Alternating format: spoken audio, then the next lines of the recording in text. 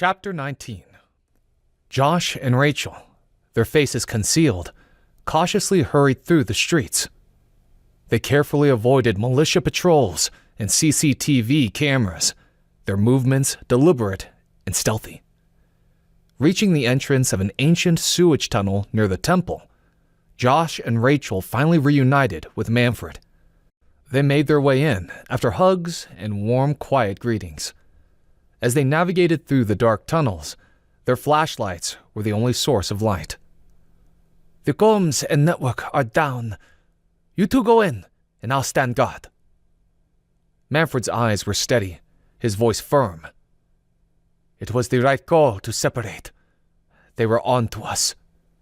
This is about the movement, not any one of us. Now, go get Abby, and let's finish this once and for all."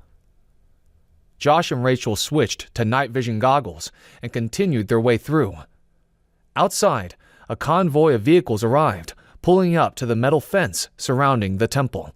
Titan, Hogan, and the militia soldiers, along with Phoenix, all stepped out, armed. Titan addressed them. "Gentlemen, tonight it all ends." Abaddon nodded to Titan from the other side of the grounds.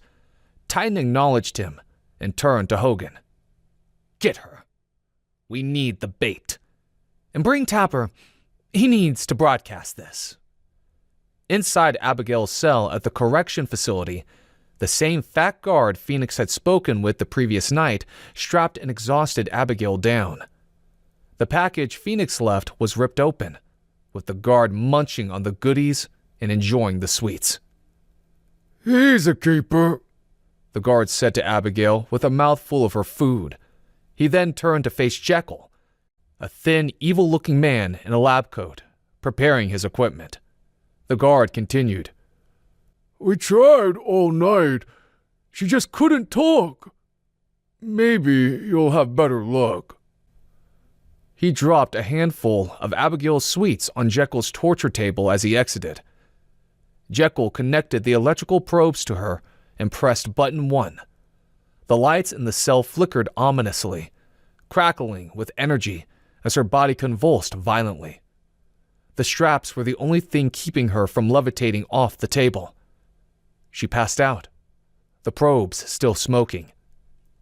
Jekyll casually picked up a sweet, popped it into his mouth, and threw water on her. Slowly, she began to come around. Jekyll's face remained impassive. "Honey, that was only level 1. How are you going to manage the next 10? I'm not about to let you ruin my perfect record. Tell me where your father is, so I can go home to my wife." Jekyll pointed to his machine. "And you see this?" He pointed to a red button. "I can make it even worse. This explodes the nanoparticles in your bloodstream with Wi-Fi frequency. Bam! It's pretty cool to see. So," he adjusted his machine, "do you have anything to tell me?" Abigail, still a little groggy, turned her head away. Jekyll sighed. "Okay, as you requested. But let's skip 4 and go directly to level 6. Jekyll was excited, but still expressionless. He was about to press 6 when he was interrupted. There was a deafening crash, and the wall behind Jekyll exploded inward, sending fragments of concrete and a whirlwind of dust into the room. The wall crumbled into debris. Josh and Rachel ran in with masks over their faces, running to Abigail. Tears rolled down Rachel's cheeks as they cut her free. Josh grabbed her and pulled her to her feet. She was unsteady. Jekyll lay on the floor, disoriented, his ears ringing. Abigail's voice was barely a whisper. "Mom? Dad?" "We're here, sweetie. You're safe now. Dad's got you." Josh swept her up into his arms, and they ran from the room, back through the tunnel.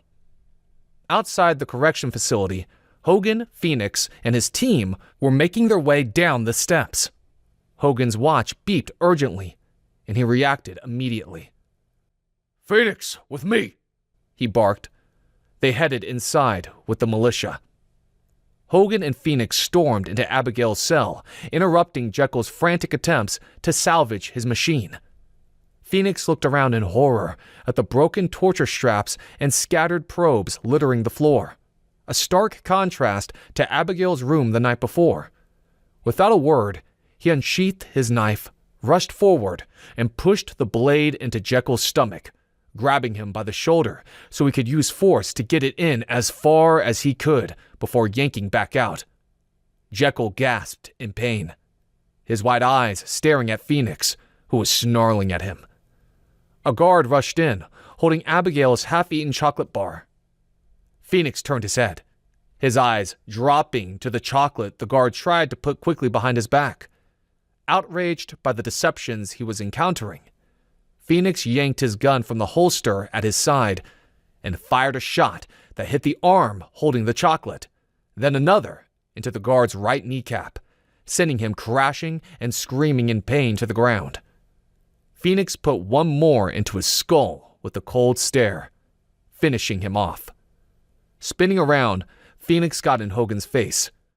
You lied to me! He shouted, fury blazing in his eyes. You betrayed me! The militiamen filed in one by one, filling up the space quickly. Hogan ignored Phoenix, gesturing for them to move quickly. He pointed to the hole in the wall, and the militiamen ran through it, guns up and ready.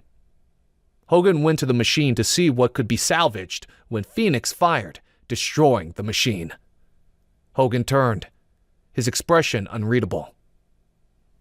I'm disappointed by your actions, my son, he said coolly. You've made your decision. He looked at the two guards, hardening his eyes on Phoenix, who pushed out his chest in defiance, balling his hands into fists. Hogan shook his head. Arrest Major Bates. Manfred waved urgently from the exit of the tunnel. Josh, Rachel, and Abigail rushed toward him, their breaths coming in quick, panicked bursts. All clear. Let's go! Manfred's voice cut through the chaos. As they moved, gunfire erupted from deeper in the tunnel. They all looked behind them as the soldiers got closer. Abigail couldn't run any faster. Her legs were already starting to hurt. Abby! Rachel shrieked, throwing herself behind her daughter. Just as a gunshot rang out, Abigail fell down. When Abigail hopped back to her feet and tried to get her mother to stand, she noticed the bullet wound. It was in the right side of her mother's chest. Blood was coloring her white shirt red, and the blood continued to flow. Rachel screamed when Abigail inadvertently pulled the wrong arm. Oh, I'm sorry, Mom. Dad! Manfred fired back at the attackers, aiming above their heads and causing the tunnel to collapse around them. Josh ran to his wife and slid to her on his knees. His heart shattered as he ripped his shirt off and used it to try to stop the bleeding from her wound. She started to wheeze as she struggled to breathe. You'll be all right, my love. You'll be all right. Just gotta stop the flow. That's all. Just gotta stop the bleeding. Rachel, her breathing shallow and labored, shook her head, gesturing for Josh to stop, patting his head away weakly. He grabbed her hand and held it tightly. Abigail, overwhelmed with grief, clutched her mother's shoulder nearest her and cried, kissing Rachel's forehead. Rachel looked up into her daughter's eyes. Behind them, Manfred paced, his worried eyes on the family and all around them, waiting for danger, prepared for it. Matt was right, you know, Rachel whispered. She took in a sharp breath, grimacing from pain. When she settled again, she continued softly. Yeshua is the only way to eternal life. I want to see you there. I want to see you. She moved her eyes to Josh, squeezing his hand. And you surrender to him before it's too late. Do it for me and do it for our family. Trust him. With her strength fading, Rachel looked away and upward, her final breath escaping as she whispered, Yeshua, forgive me. She exhaled and died, her eyes remaining open. Josh whimpered, kissing her face repeatedly, his face streaked with tears. No, no, no, no, no, no, no, no. He repeated the word. Manfred watched Abigail hug her mother's lifeless body, her sobs echoing through the crumbling tunnel. He had let this go on long enough. He was sorry Rachel was gone, but she was in a way better place than they were right now. And if they wanted to continue fighting and living, they had to get out of the tunnel. Manfred's voice was soft but urgent. I'm so sorry, but we have to leave her here. There's nothing we can do. She stood up. As they walked out, she moved to her father, and he took her in his arms, kissing the top of her head, weeping silently. Moments later, a large stone near the temple entrance shifted, and Manfred, Josh, and Abigail emerged, their faces pale and wary. Abigail still holding on to her father's arms. The desperate cries of Phoenix cut through the air. Abby! Abby! Please help me! Phoenix's voice was filled with anguish. Abigail's heart pounded as she spun in the direction of the calls. They were coming from a nearby alley. Phoenix, she murmured, then said his name louder. Phoenix! Josh took his daughter's arm, but she pulled away from him, shaking her head. No, Dad, he needs me. He needs help. Abby, I need you. Abby! Phoenix's pleas continued, drifting toward her, wrenching her heartstrings. Without another moment of hesitation, Abigail ran toward the alley. Abby, no!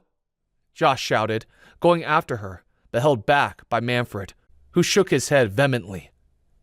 She'll be all right if she's going to Phoenix. No matter what, she'll be all right.